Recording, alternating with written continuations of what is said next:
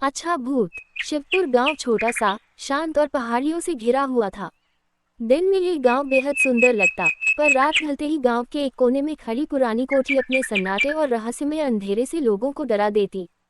कहते थे कि वहां एक अच्छा भूत रहता है, प्रकाश बाबा। लोगों का दावा था कि जब हवा चलती है तो पुरानी कोठी की टूटी खिड़कियां अचानक बंद हो जाती हैं, जैसे कोई उन्हें संभाल रहा हो। किसी के कदम फिसलने पर एक अदृश्य हाथ उन्हें सहारा दे देता है। कोई नुकसान नहीं, सिर्फ अजीब सी सुरक्षा की अनुभूति। डर वाली शाम। अक्टूबर की एक शाम, स्कूल में विज्ञान प्रोजेक्ट की वजह से 10 साल का अनुज देर तक रुका रह गया। जब वह घर लौट रहा था, तब सूरज पहाड़ियों के पीछे छिप चुका था और रास्ते पर हल्की धुंध उतरने लगी थी। कोठी के पास पहुंचते ही अचानक उसकी टॉर्च बुझ गई। अंधेरा, भयावह खामोशी और झाड़ियों में हल्की सरसराहट। अनुज का दिल जोर जोर से धड़कने लगा। हवा है, बस हवा, उसने खुद को समझाने की कोशिश की। पर तभी उसे लगा जैसे कोई उसके पीछे खड़ा है। उसने सहम कर पीछे देखा, कुछ नहीं। पहली मुलाकात। इसी बीच कोठी की सबसे ऊपर वाली खिड़की में सफेद सफेद रोशनी चमकी। अनुज की सांसें अटक गईं। का कौन है? उसकी आवाज कांप रही थी। तभी दरवाजे के पास हल्की धुंध इकट्ठी होने लगी और धीरे धीरे एक आकृति उभरी। लंबा, सफेद, झिलमिलाता शरीर, चमकती आंखें और चेहरे पर अजीब सी शांति। डरो मत। आवाज इतनी नर्म थी कि सुनकर भी डर कम हो जाए। आप भूत हो? अनुज ने कांपती आवाज में पूछा। आकृति मुस्कुराए। लोग मुझे प्रकाश बाबा कहते हैं। हाँ, मैं भूत हूँ, पर बुरा नहीं। अनुज ने एक कदम पीछे हटाया, पर उसी वक्त उसकी टॉर्च अपने आप जल उठी। मैंने ही ठीक की, अंधेरे में बच्चे नहीं घूमते, बाबा ने कहा। अनुज के चेहरे पर डर और हैरानी दोनों थे। रहस्य खुलने लगा। आप यहाँ क्यों रहते हो? अनुज ने हिम्मत जुटाकर पूछा। प्रकाश बाबा धीरे से बोले, यह कोठी कभी मेरा घर था। बहुत साल पहले, जब आग लगी थी, मैं यहीं था। उनकी आंखें बुझती जुगनुओं जैसी लगने लगीं।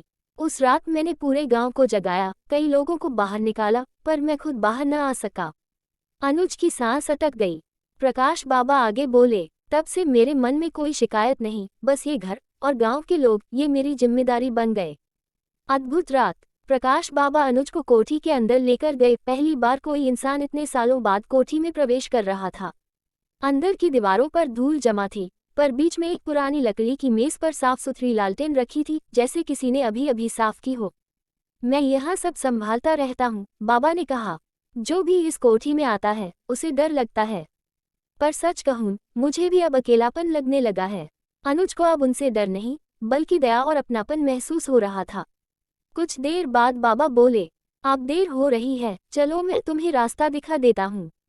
जैसे ही वे कोठी के बाहर आए, हवा एकदम शांत हो गई, जैसे प्रकृति को भी उनकी मौजूदगी का एहसास हो। सच्चाई का पता। अगली सुबह अनुज ने सब कुछ दादा को बताया। दादा ने गहरी सांस ली। बेटा, प्रकाश सचमुच बहुत अच्छे थे। गांव के सबसे बहादुर आदमी। अगर उस रात उन्होंने सबको बाहर न निकाला होता, तो कई लोग मर जाते। लोग उन्हें भूत कहकर डरते हैं, लेकिन असल में वे हमारे रक्षक हैं। अनुज कोठी की तरफ देखने लगा। अब वह जगह उसे भयानक नहीं, बल्कि शांत और मायने रखने वाली लगी। एक अद्भुत बदलाव। अगले कुछ दिनों से अनुज रोज अपनी खिड़की से कोठी को देखता। कभी कभी वह खिड़की में सफेद चमक देख लेता, जैसे कोई उसे देख रहा हो। कभी हवा में हल्की सी आवाज सुनाई देती, पढ़ाई ठीक चल रही है, होमवर्क पूरा करना मत भूलना। अनुज मुस्कुरा देता। एक अच्छा भूत, जो उसे डांट भी रहा था और देखभाल भी कर रहा था। अंत एक नई शुरुआत। एक रात बहुत तेज तूफान आया। बिजली चमक रही थी, पेड़ गिर रहे थे। अनुज डर गया। वह खिड़की पर गया तो देखा, कोठी की एक खिड़की में वही सफेद रोशनी चमक रही थी। आवाज आए, डरो मत, मैं यही हूँ। उस रात अनुज ने पहली बार समझा, अच्छा भूत डराने नहीं, बल्कि किसी की रक्षा करने आता है। और तब से शिवपुर के लोग कोठी से नहीं डरते। बच्चे कहते, वहाँ प्रकाश बाबा रहते हैं, हमारे अपने अच्छे भूत।